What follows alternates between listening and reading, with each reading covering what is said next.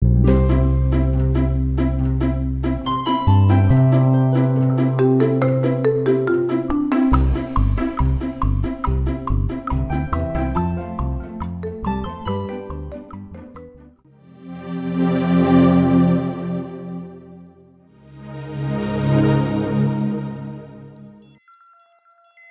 l'orée d'une grande forêt vivaient, il y a bien longtemps, un pauvre bûcheron et sa femme.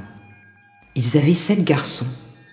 Le petit dernier était si minuscule qu'ils l'appelèrent le Petit Poucet. Une année, la famine fut si grande que le bûcheron et sa femme n'eurent plus rien pour nourrir leurs enfants. Désespérés, ils décidèrent d'aller perdre leur fils au plus profond de la forêt plutôt que de les voir mourir de faim. Mais le Petit Poucet, qui ne dormait pas, avait tout entendu. De bon matin, alors que tous étaient encore endormis, il se rendit au bord de la rivière. Là, il remplit son bonnet de petits cailloux blancs. Ensuite, il rentra à la maison en prenant soin de ne réveiller personne. Le Petit Poucet, qui était très astucieux, avait une idée derrière la tête. Le soir venu, tandis que les garçons ramassaient du bois, leurs parents s'enfuirent, les laissant là seuls. Quand ils comprirent qu'ils étaient abandonnés, les frères du Petit Poucet éclatèrent en sanglots. « Ne pleurez pas, leur dit le Petit Poucet, nous ne sommes pas perdus. Regardez, j'ai semé des cailloux blancs tout au long du chemin. Il suffit de les suivre pour rentrer chez nous. » Pendant ce temps, le bûcheron et sa femme se lamentaient dans leur chaumière. Le seigneur de l'endroit, qui avait appris leurs difficultés, était passé et leur avait donné 10 écus pour les aider. Mais leurs enfants étaient perdus au plus profond de la grande forêt. Quel malheur!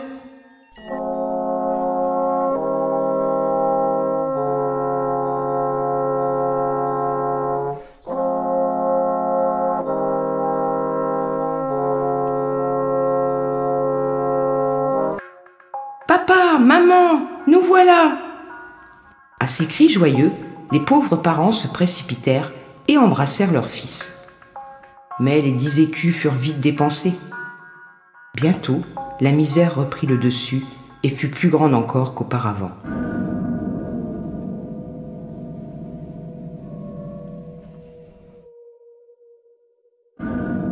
Une nouvelle fois, Poucet entendit ses parents parler de les abandonner dans la forêt.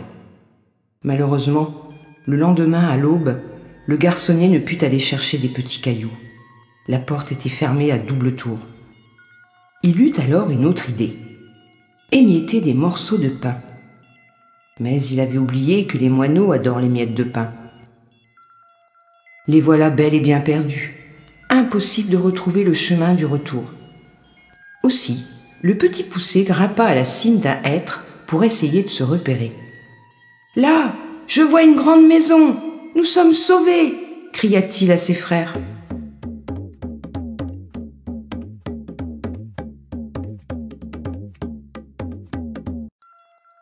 Oh, mes pauvres petits, je ne puis vous laisser entrer.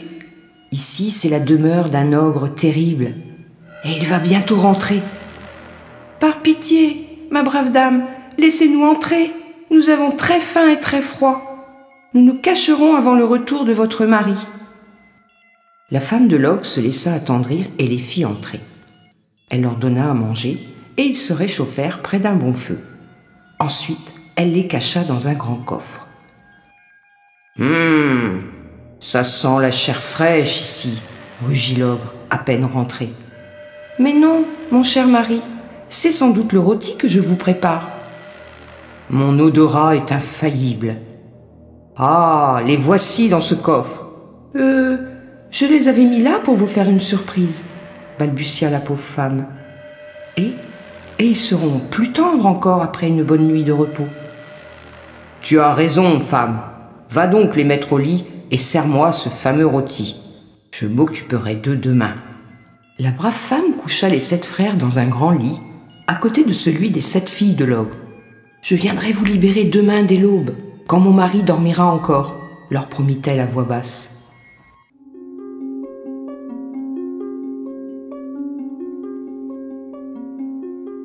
Mais le petit poucet ne parvenait pas à trouver le sommeil.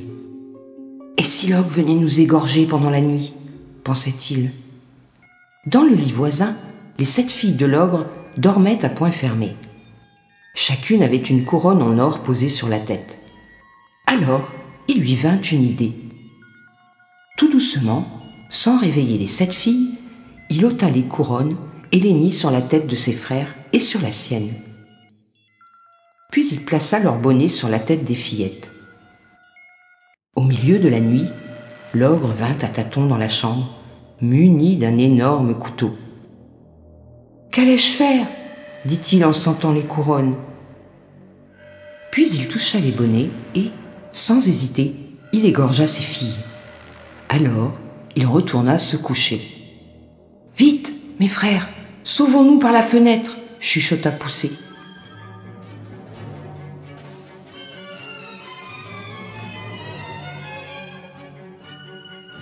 À l'aube, l'ogre se rendit dans la chambre. « Oh, malheur !» cria-t-il, fou de douleur. « Ces petits gredins vont me le payer. Ma vengeance sera terrible. » Sans plus attendre, il enfila ses bottes de 7 lieues, des bottes magiques qui lui permettaient de faire des bonds énormes. Il se mit aussitôt en route. En quelques heures, il fit le tour du pays, mais ne les trouva pas. Comme il était fatigué, il s'endormit au pied d'un arbre. Le petit Poucet et ses frères étaient cachés dans des fourrés tout proches. Une fois encore, Poucet eut une bonne idée. Tout doucement, il s'approcha de l'ogre, lui ôta ses bottes avec précaution et les enfila. Les bottes magiques prirent aussitôt la taille des petits pieds de Poucet. D'un bond prodigieux, le petit garçon fut de l'autre côté du ravin. « Ouh, je suis ici. Viens donc me chercher si tu l'oses. » Réveillé en sursaut, l'ogre s'élança. « Petit vaurien, tu ne m'échapperas pas !» Comme il n'avait plus ses bottes, l'ogre tomba au fond du ravin en poussant un grand cri d'effroi. Une horrible fin pour un homme horrible. C'était dans l'ordre des choses. Grâce aux bottes de 7 lieues, le petit Poucet retrouva vite la maison et y guida ses frères. « Papa, maman, quelle joie de se retrouver! Avec ces couronnes d'or que nous avons emportées, nous sommes riches. » Quelques années passèrent. Le roi, qui avait entendu parler du petit Poucet et de ses bottes magiques, l'engagea comme coursier. Jamais, dans ces contrées, on ne vit de porteur de messages plus ailé ni plus rapide que le petit Poucet.